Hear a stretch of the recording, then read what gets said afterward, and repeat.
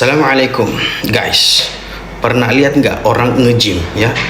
Mereka tuh nggak bakal dapat badan yang ideal karena cuma angkat beban 3 jam sekali dalam sebulan. Nah, tapi mereka ini bisa fit karena mereka latihan rutin tiap harinya. Even hanya 30 menit saja.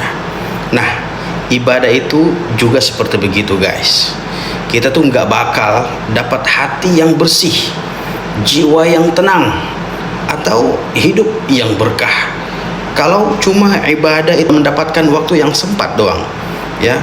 Jadi butuh yang namanya latihan rutin, latihan disiplin, dan kesabaran ya. Bukan karena Allah Subhanahu wa Ta'ala membutuhkan amal kita, bukan, tapi karena kita yang butuh ketenangan dari ibadah tersebut ya. Ibadah itu sejatinya bukan beban ya, tetapi ibadah itu sebagai obat. Kalau hati mulai gelisah, mungkin karena kita udah mulai jarang sujud kepada Allah Subhanahu wa Ta'ala.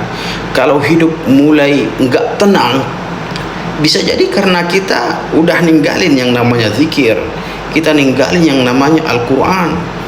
Dan jangan tunggu tua buat untuk serius untuk ibadah. Yang namanya kematian itu nggak nunggu kita taubat. Kuburan itu nggak nunggu menanyakan berapa umur kamu. Yang dilihat nanti amalan apa yang akan kita bawa pulang nanti. Allah Subhanahu wa Ta'ala berfirman, wa'bud rabbaka hatta ya'tiyakal yaqin. Sembahlah Tuhanmu sampai datang kepadamu al-yaqin atau kematian.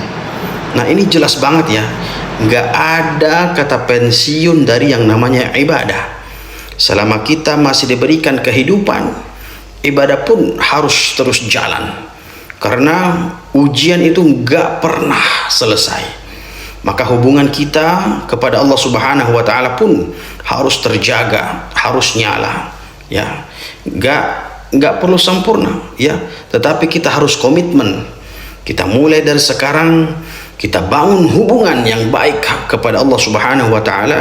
Jangan hubungan yang sifatnya musiman, tetapi hubungan yang permanen ya, biar nanti pas dipanggil oleh Allah Subhanahu wa Ta'ala kita nggak panik ya, karena kita udah siap.